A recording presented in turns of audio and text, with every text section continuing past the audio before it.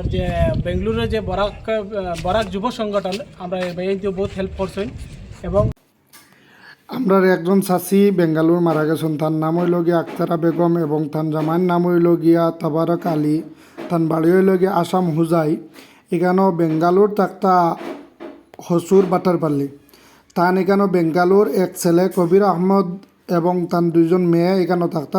তাইন এখানেও তার নাতিনো সহ সাবাসিতা করতা। আর আজকে সকালে তাই সকাল 7টার সময় মারা গেছেন। আগামীকালকে তানে এখান থেকে বাড়িত ফাটাইয়া দেওয়া হইব। আগামীকালকে সকাল 8:40 ফ্লাইটে তাই এখান থেকে রওনা হইবা এবং 11:40 গুয়াহাটি এয়ারপোর্ট গিয়া পৌঁছিবা।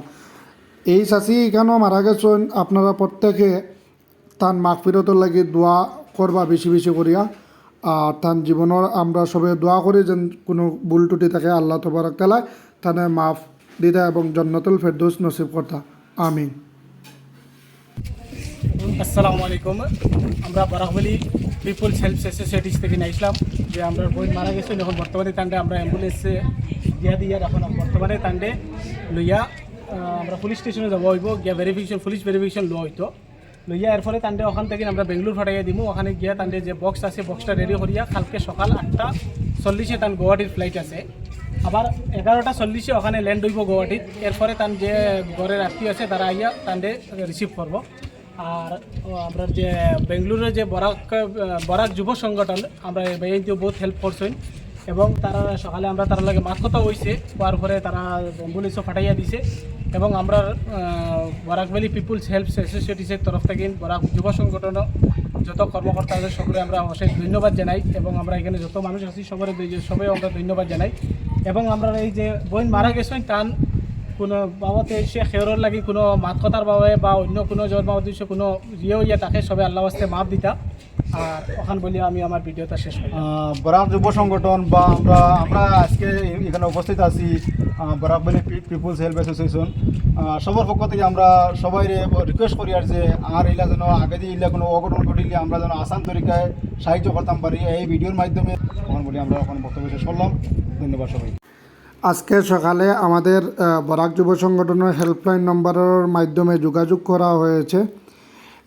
বরাক ভ্যালি পিপুল হেল্প অ্যাসোসিয়েশন হসুরের কর্মকর্তা বাই অকলে আমরা লগে যোগাযোগ করছেন। যোগাযোগ করার পরে আমরা তার লগে যোগাযোগ করিয়া এখান থেকে আমরা রেগুলার যে অ্যাম্বুলেন্স যেটা আছে বা আমরা রেগুলার যে কার্গোর মাধ্যমে আমরা ডেড বডিগুলো ফাটাইয়া দিই এই কার্গোর লগে আমরা ফোনের মাধ্যমে যোগাযোগ করিয়া আজকে এখানে অ্যাম্বুলেন্স ফাটাইয়া দিয়া তানে বর্তমানে এখন বাড়ির উদ্দেশ্যে রওনা দেওয়া হয়েছে। অবশ্যই ইনশাআল্লাহ তান আগামীকালকে বাড়িতে গিয়া পৌঁছিবা এবং বিশেষ করিয়া এখানেও আমাদের বরাক ভ্যালি পিপুল হেল্প অ্যাসোসিয়েশনের প্রত্যেক ভাইদেরকে আমাদের বরাক যুব সংগঠনের পক্ষ থেকে অশেষ ধন্যবাদ এবং তার আত্মীয় স্বজন এখানে যে বা যাহারা এখানে উপস্থিত ছিলেন তারা অনেক বেশি মানে দৌড়াদৌড়ি করতে হয়েছে কারণ হসুরটা হয়েছে তামিলনাড়ুর আন্ডারে।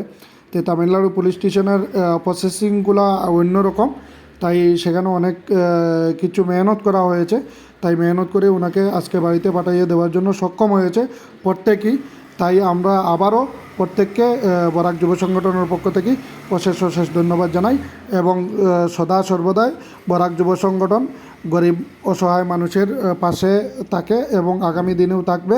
আপনারা যেভাবে সাহায্য এবং সহযোগিতা করে যাচ্ছেন আগামী দিনেও এইরকম সাহায্য এবং সহযোগিতা করবেন বলে আমরা আশা রাখি।